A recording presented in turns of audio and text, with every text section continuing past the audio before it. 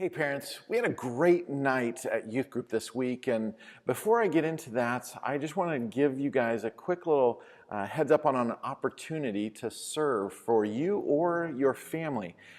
This year's Special Olympics is coming up in just a few weeks, and we've got a family from Lighthouse, Eric and Glenda Still. They have been organizing kind of a fun area for the Special Olympics. So they've called it Soccer Town in the past, though this year the Special Olympics soccer and the Special Olympics track and field are happening together. So those two areas are now combining to where they're just having this great, huge, kind of fun space for the athletes. And between events, teams or individuals are able to come and just play games and win prizes and different things like that. And so it's just a fun place, again, for you and your family to serve. This is a very family-friendly way to serve together. And again, it's a great organization that could use a lot of help. Below the video, there's a spot that gives a little bit more information, but a link that can get you signed up. So again, great opportunity to serve with Special Olympics here in a few weeks. Now, with last night, we focused in on screen time and media time. And so now when I say screen time and media time, I'm talking about movies, I'm talking about TV shows, I'm talking about games, whether it be computer games or console games like PS4s or Xbox, even app games, but then also social media. And so that's a broad topic. And unfortunately, the Bible doesn't say, thou shalt not be on the computer for 5 hours at a time, or thou shalt only watch these types of YouTube, or thou shalt not use this app. The Bible just doesn't say that. And so we kind of have to look at, again, at some principles that we find in Scripture. Now, I'm just going to talk briefly about some things just from a pure parental standpoint. One thing that, regardless of movies or TV shows or games or apps, something that we as parents need to do is, again, start looking at the age. Everything nowadays has an age suggestion. And so simple things like movies, will just, or TV shows, they have TV, 13 or TV PG, or movies have PG-13 or PG. The thing that I want to just encourage, well, and even games, teens or E for everyone, M for mature. We as parents need to take back control, not control like, it only says this, but control is more of just kind of that parental right to say, no, this game or this movie or this TV show is not appropriate for you. Because what's happening, we'll just take a simple thing like the Marvel movies or even Star Wars movies. Those are rated typically PG-13, but everything is advertised towards children because games and toys and things of that nature are out there for just even the littlest of kids. And so now our little kids want to go see the movies that the rating system says, hey, you should probably be 13. The reason being is because there's a lot of, yes, it is fantasy violence or shooting and things like that, or even language. Brains aren't ready for those things, and yet what we're doing is we're allowing, as a culture, we're allowing children way too young to be, whether it be movies or TV shows or games or apps, that we just kind of, everybody's doing it, so let's do it. And I just want to encourage you as a parent that we can take back that just parental right to say no to certain things. And I think we need to start doing that a little bit better. Now, from just a biblical standpoint, there's lots of other areas we could have gone, but I did focus on 1 Corinthians 10. And in this passage, Paul is specifically talking about food and food offered to idols and what's appropriate to eat and things of that nature. But he does take it a step further at the end of the chapter. But we can look at the principle, I think, in this and kind of say, okay, I think that's a good principle that we can have for for screen time and things like that. And basically, 1 Corinthians 10, when it talks about, I mean, they title this section "The Freedom for the Believer." So it is about freedom, but it does have some things like, I mean, Paul literally says everything is permissible, but not everything is beneficial.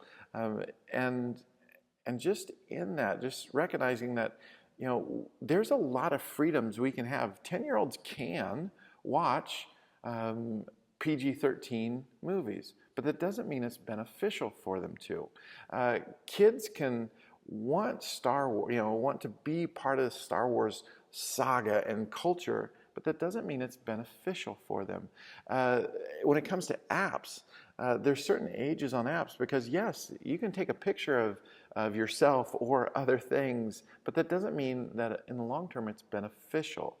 And now, granted, again, we can just talk about it being focused on food or things like that, but at the end of chapter 10, Paul is saying, again, whatever you eat, whatever you drink, but whatever you do it for the glory of God. And so that's the challenge, that as we dive into movies or TV shows or games or even apps, is there a way that God's glory can come into that? And so, whether it be like Instagram, and can we slow it down on the amount of selfies we take and start seeing, taking pictures of what is we're seeing and how God's glory is seen in this image, or in video games, because there's a lot of times there's some chat things that go on. Are we encouraging when we leave comments, whether it be on YouTube or Twitter or Instagram or fill in the blank? Are they encouraging of people? Are they, again, drawing them towards God's glory? Even in what we watch movie-wise or TV-wise, is this something that gives God glory? Now, as a parent, I am okay just kind of giving our kids, whether it be 15, 20, 30 minutes, 60 minutes of just kind of veg out time. There's so much goes on in their school day that they are just so amped up and so protected and guarded that they do need a place to kind of decompress, that just and kind of come down from having to be on all throughout the school day. And so I do want to encourage that. Now, sometimes that is just letting kids veg out on YouTube videos or a TV show, or just make them go out and jump on the trampoline. But having that time to decompress from a day is very needed. We needed it as kids. They could use it as kids as well. But again, I think as parents, we can begin to kind of take a little bit of control back and again guide us in seeking God's glory in all that we do. Matter of fact, just another verse down from that, at the very end of chapter 10 of 1 Corinthians, Paul is kind of saying, hey, I'm doing these things so that people will be saved. And so, when we're making comments, when we're engaging in the social media piece, is it a way that can bring people to know Jesus even? And so that's just an encouragement. That's, again, just one principle of probably many that we could put onto screen time, media time. But again, it's a start. And again, it's to start the conversation with you and your student. I am going to say this. Last night I told the students there's one app that really just bristles me, and that is Snapchat. And the reason why, and I told this to the students, is because Snapchat's intent, I mean, the creators of Snapchat, they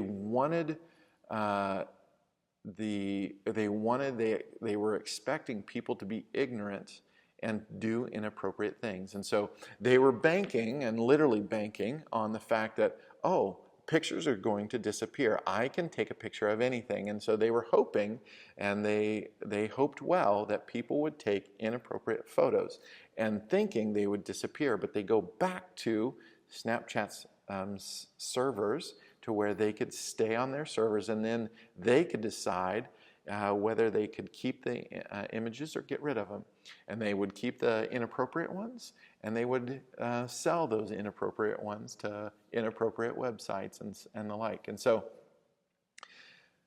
the premise behind that was truly an evil intent. And so that's one that, again, for me, I bristle at. I just think that's a spot I'm not going to go, and I don't want necessarily my children to go and support that. And so now, again, I'm not going to come in and just say, we're deleting this app off your phone right now. And, it is entering a conversation. And students at this age, it's okay to help them enter into some dialogue and some conversation that goes back and forth to get some reasoning and some things like that. Because again, if we come in guns blazing, then they've got to come up guns blazing, and then at that point, nothing gets done and nothing gets accomplished, and then everybody just wants to just disappear and never talk about it again. And so that's not good.